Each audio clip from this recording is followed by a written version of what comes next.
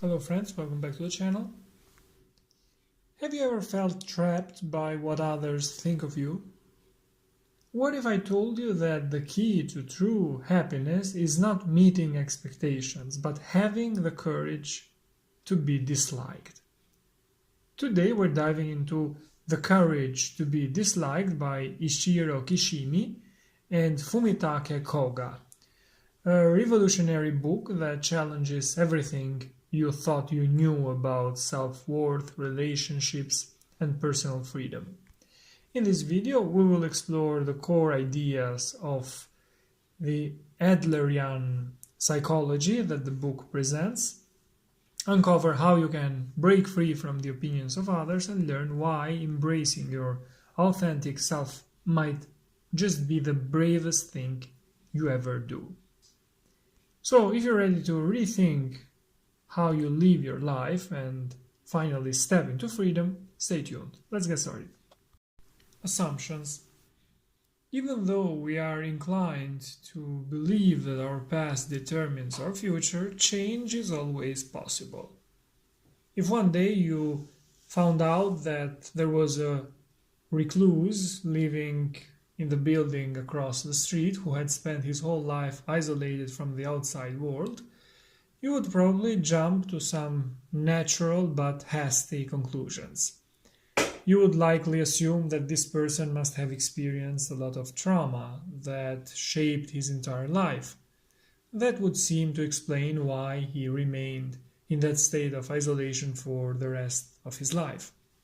But assumptions like these actually stem from our belief that our past experiences have a huge impact on our future behavior.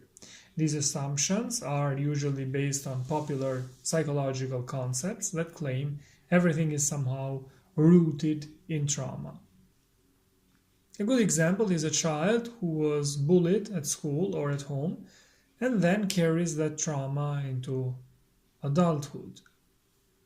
The opposite also applies. When we see a spoiled child, we almost always conclude that they will grow up to be a terrible adult, unable to face the realities of the world. This way of thinking suggests that all psychological problems are somehow rooted in the past. The truth is that we are all free to decide our future and do what we want. This is how Alfred Adler, Austrian psychologist of the 20th century, viewed the human psyche. According to him, we are not bound to be defined by past trauma. After all, not every child who has been abused or mistreated grows up to be a dysfunctional adult who cannot function in society.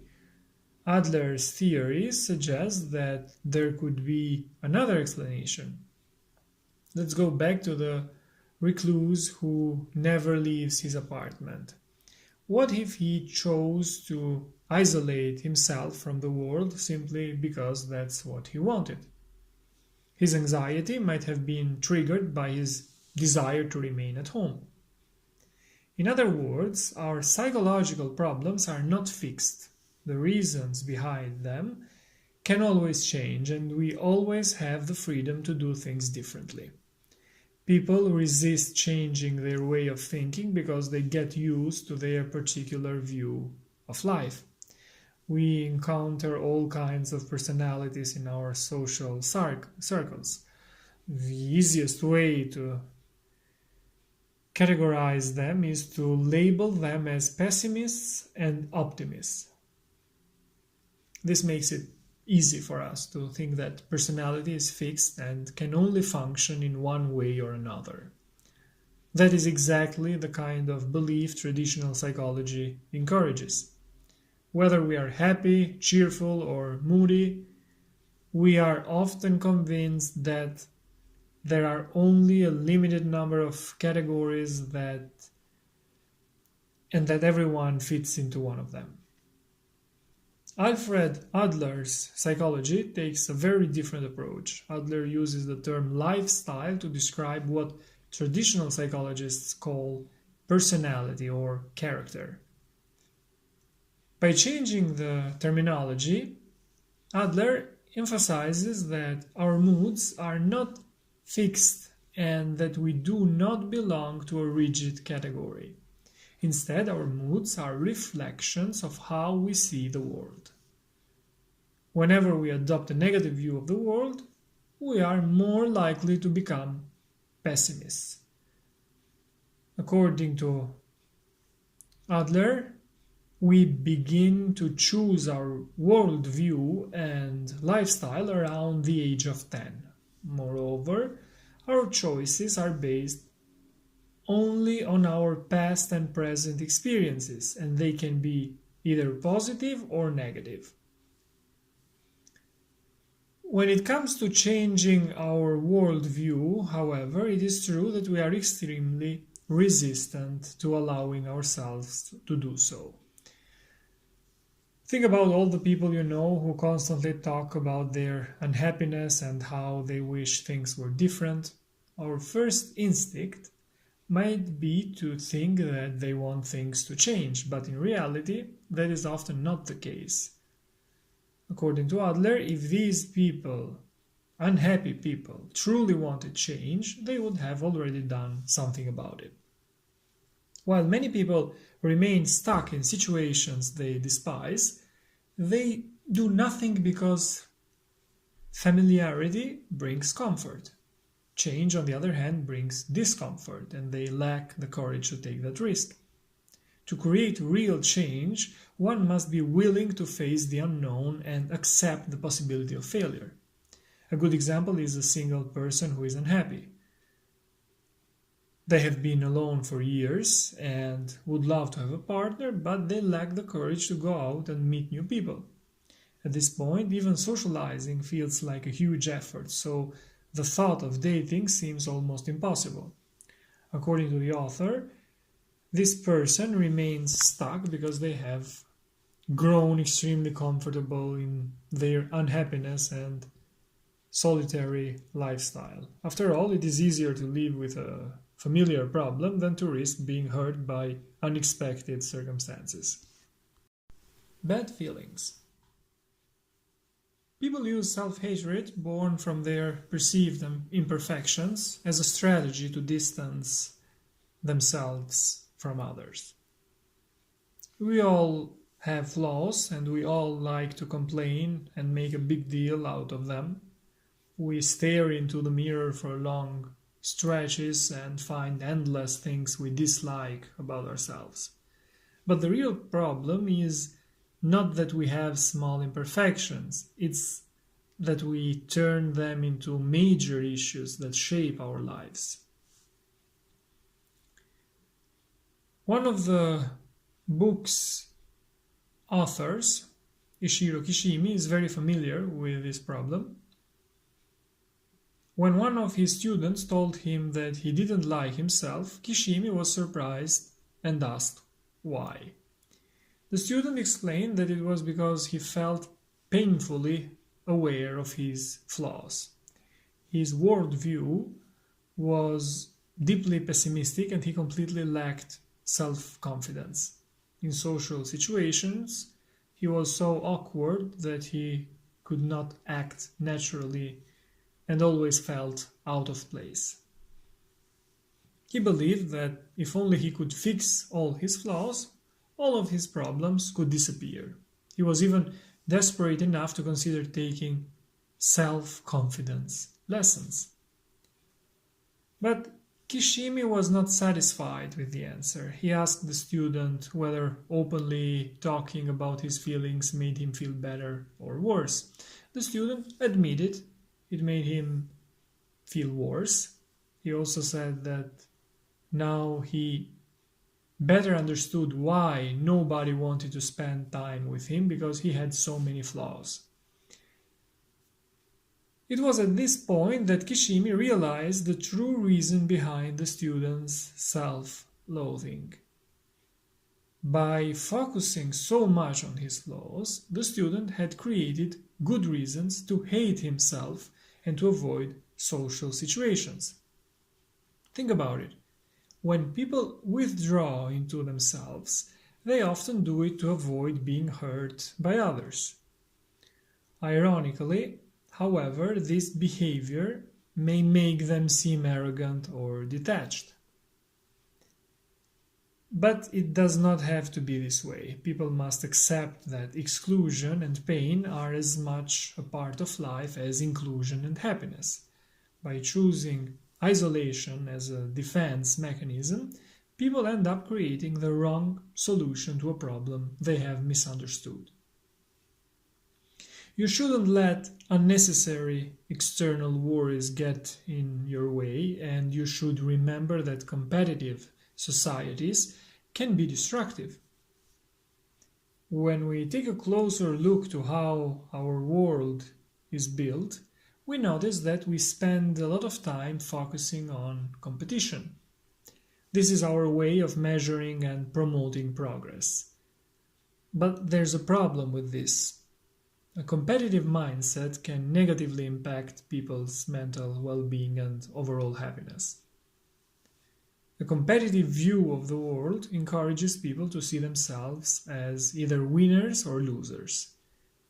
And it's no surprise that nobody wants to be the loser. As a result, there's a clear tendency to see others as threats or as rivals standing in the way of our success. Living in a world full of threats and rivals is obviously extremely stressful.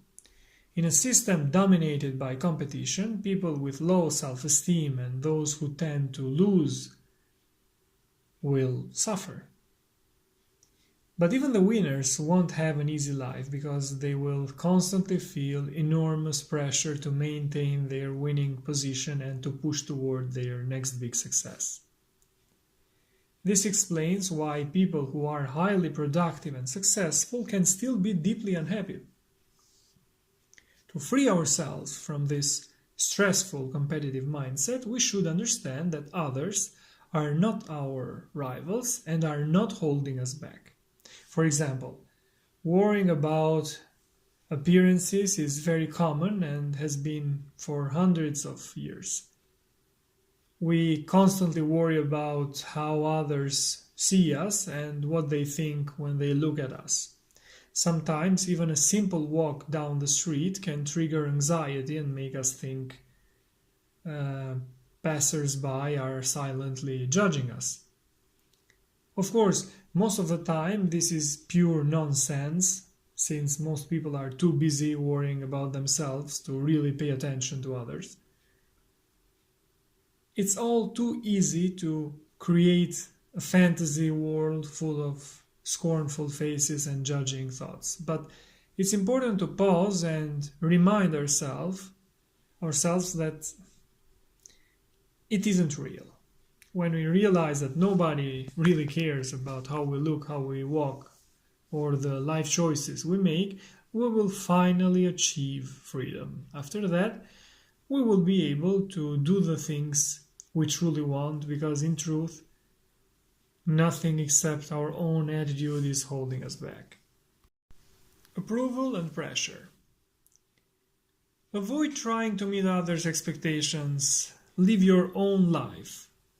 Getting involved in doing harmful things just to win other people's approval happens quite often. That's exactly how school bullying works. Those who pick on the weaker or the nerds probably do it only because they think it will make them look stronger and gain the appreciation of other bullies. But that is no way to live. Seeking approval and validation from others can make life difficult and ultimately lead to unhappiness. Imagine having a colleague at work who always picks up litter and cares about the environment. Normally, this person would stop doing this kind act as soon as they realize nobody appreciates their efforts. Constantly seeking approval can be risky. Think of our educational system, which is almost entirely based on reward and punishment. Since childhood, we've been taught that we'd be rewarded every time we did something good and punished when we did something bad. Unfortunately, this way of thinking can be very destructive and can make it extremely difficult, if not impossible, for us as adults to motivate ourselves without knowing we will be rewarded or punished. By realizing that we don't have to live according to others' expectations, we can break this cycle. If you're motivated by other people's approval, then all your life choices, your job, your partner, the way you raise your children will be based on other people's values. For example, teenagers are often pressured by their families to choose a certain profession. This may come from tradition, social values, or family expectations. But putting such pressure on a young adult is very risky and can have a very negative effect on their life.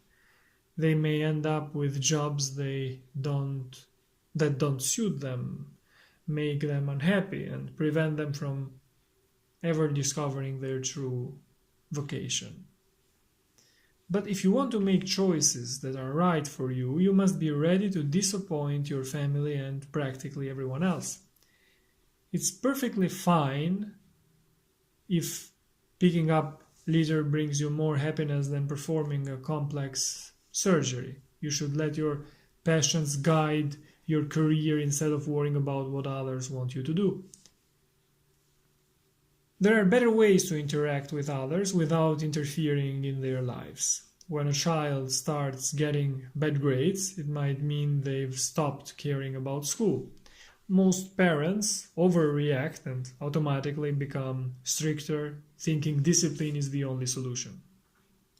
Unfortunately, putting more pressure on a child is the wrong thing to do in these circumstances. Trying to force a child to change their habits will backfire, especially when discipline is used. That's because interfering in other people's lives is not the right approach. In fact, taking responsibility for one's own actions often produces much better results. For example, if a parent pressures a child to do better in school, the child won't suddenly start loving to study. They might perform better for a while, but eventually they'll end up hating school even more.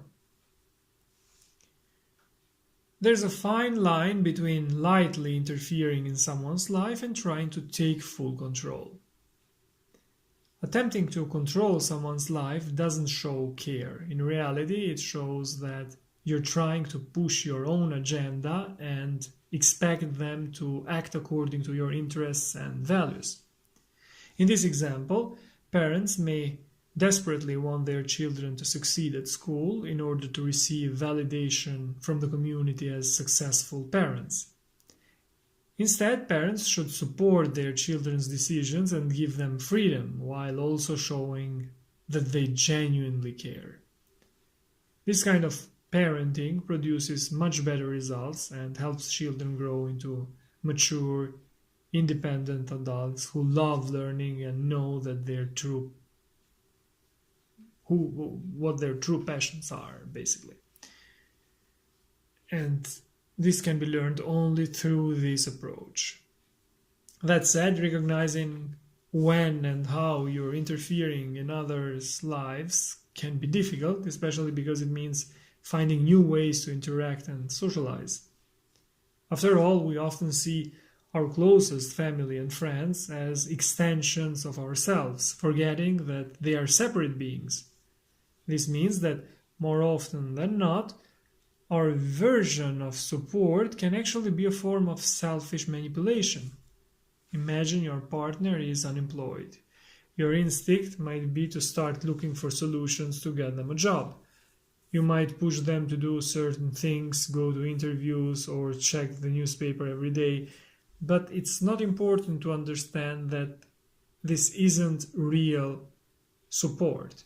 What you need to learn is how to empathize and support others without trying to control them. That means loving and being there for someone despite their mistakes or their inability to get a well-paid job at a certain point in life.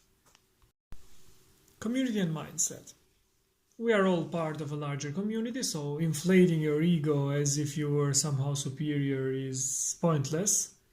In the last decade, feelings of isolation and loneliness have become increasingly common. People feel cut off from society when in reality we are all part of a great global community. According to Alfred Adler, being part of a community is extremely important for human beings. This isn't surprising, but Adler goes further, advocating the idea of a global community. According to him, community is not made up of the people we know or those in our neighborhood, but instead includes everyone and everything, every mineral, plant, animal, person, and being in the entire universe. The main idea is that we, as human beings, should be able to find happiness and fulfillment by becoming valuable parts of this vast community. As soon as we realize our role in this global community, we will begin to behave and think differently. We will care more about the things around us and less about minor problems. When we realize we are not the center of the universe and that things don't revolve around us, our attitude will change for the better and our outlook on life will become more positive. Of course, seeing ourselves as the main characters in our own lives is natural, but when we start thinking we're bigger than that, things get out of hand. This kind of attitude leads to a life of frustration because nobody is that important and such an inflated ego will be nearly impossible to satisfy. That's why it's important to change our perspective. Thinking about what the world can give us is not a healthy attitude, and such expectations won't take us anywhere. On the other hand, thinking about all the things we can give to the world will greatly improve our lives and the lives of those around us. Being self-centered and obsessed with ourselves can make us lose perspective and lead to a wide range of problems such as workaholism.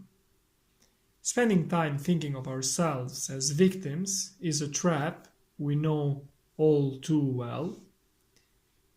After all, despite the occasional encounters with terrible people, we must admit that most of the people we meet are pretty decent. Thinking we are the victims comes from being too self-centered and too fixated on ourselves.